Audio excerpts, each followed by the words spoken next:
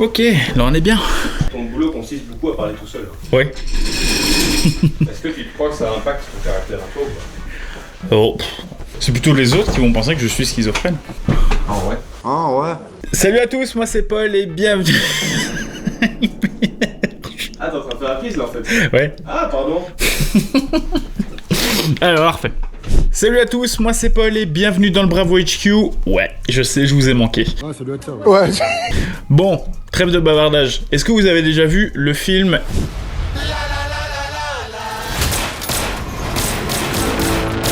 Moi perso j'ai déjà vu, c'est vraiment un film de dingue. Bref, je vais pas m'étaler sur ce sujet-là. Aujourd'hui, on va parler Airsoft en lien avec ce film-là. Il y a maintenant 3 semaines, un de nos clients est venu en magasin en nous lançant un sacré challenge. Il voulait qu'on réalise une réplique pour son fils, mais c'était pas n'importe quelle réplique, on parlait de celle de Chris Hemsworth dans le film, et c'est pourquoi je ne serai pas seul pour vous la présenter. J'invite Colin à la barre. Ah, c'est maintenant? Ouais. Paul? Bonjour Colin. Ah, j'ai oublié la réplique. Ça quand même mieux avec ça. Ouais, c'est vrai. Parle-nous de cette réplique. On va y aller. On va vous mettre une petite photo du projet que le client avait en tête. Ce qui est bien, c'est que la photo du flingue en question pour le film a fuité sur internet, donc on a réussi à avoir la photo exacte en fait du projet complet. Et l'idée était de prendre une base avec des marquages Daniel Défense, puisque de base on part sur le modèle M4V7S Daniel Défense. Ici on va être sur une réplique, une copie quasi conforme de celle du film, et on va pouvoir en parler en long et en large. Plus sérieusement, durant toute la séquence où on explique la réplique, vous verrez des plans larges de la réplique ou même des plans du film afin que vous puissiez un peu vous y retrouver et ainsi faire un comparatif. Beaucoup de gars font des présentations de répliques en commençant par l'arrière et vers l'avant ou inversement, ce sera plus simple, on va garder ce schéma là aussi.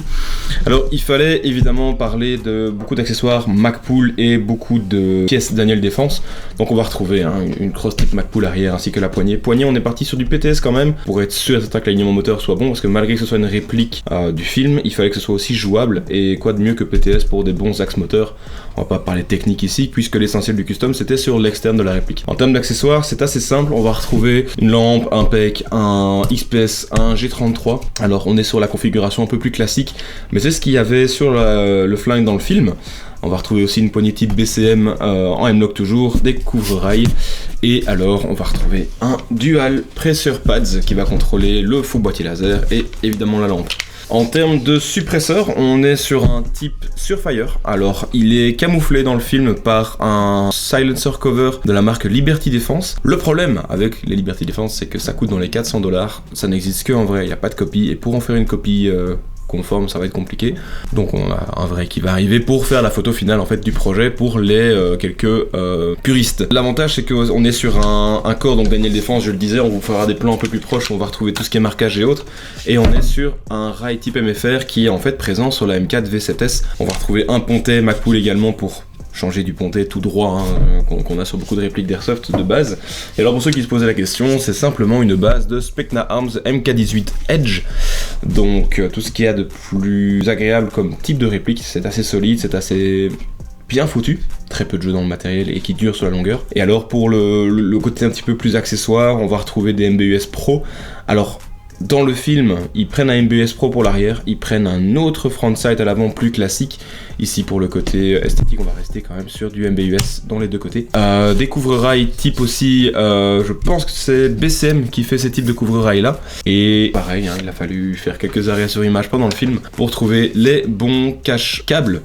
Pour ne pas que les câbles ne se battent dans tous les sens et pour éviter de mettre un bon gros colson ou pire un élastique un peu dégueu qu'on a trouvé dans l'armoire de maman. Donc on est sur une réplique qui est quasiment à 100% à l'identique de celle du film. Petit point de détail, c'est le front sight et le silencer cover. Et pour le reste, vous regarderez cette magnifique vue avec la photo qui sera juste à côté, qui apparaît maintenant, et vous allez constater évidemment que c'est la même chose. Pour le côté jouable, on va avoir du coup la possibilité d'avoir un viseur décalé et rabattable pour avoir un zoom sur notre petit XPS. Tous ces accessoires sont évidemment des accessoires qui sont fonctionnels, sauf le petit boîtier laser qui, merci la loi belge, nous interdit de vendre des vrais lasers. Oh, moi je me suis abaissé moi. En fait c'est le temps que je parle, tu vois, tu descends pendant le truc. Alors Pour la suite, il y a une petite foire aux questions qui arrive. Le projet était en création au fur et à mesure, et donc pendant 3-4 semaines, la clientèle qui venait au magasin la voyait se faire construire, évoluer, on recevait les pièces au fur et à mesure. Donc il y a beaucoup de questions qui ont été posées par rapport à ça. Tout à fait. Ça suscitait beaucoup d'intérêt. Donc Paul s'est amusé à noter les petites questions, et donc on va voir les grosses questions principales qui vous intéresseront, notamment le prix. Ça on gagnera à la fin de la vidéo, restez jusqu'au bout. Et on est parti. On est parti. Première question, quelle est la pièce dont tu as eu le plus de mal à te procurer pour réaliser cette réplique? Alors, la pièce pour laquelle j'ai eu le plus de mal, c'est définitivement le garde-main, parce que tout le reste, on peut encore trouver les copies de chez Watson, Night Evolution, d'autres copies du style FMA, AMO, ce genre de choses. D'accord. Le garde-main, lui, était très compliqué à trouver. L'avantage, c'est que sur la Orin, clin d'œil à la Orin, c'est le même garde-main, mais en version courte et bronze, donc je n'ai pas eu de mal à trouver finalement ce garde-main-là, j'avais déjà l'info. Mais pour qui n'a pas l'info, c'est clair que ce garde-main n'est pas facile à trouver comme ça en tapant juste la référence sur internet, quoi. Donc tu confirmes qu'on a bel et bien les marquages Daniel Défense, etc. sur les garde-mains. Oui, ils sont dessus, oui. D'accord.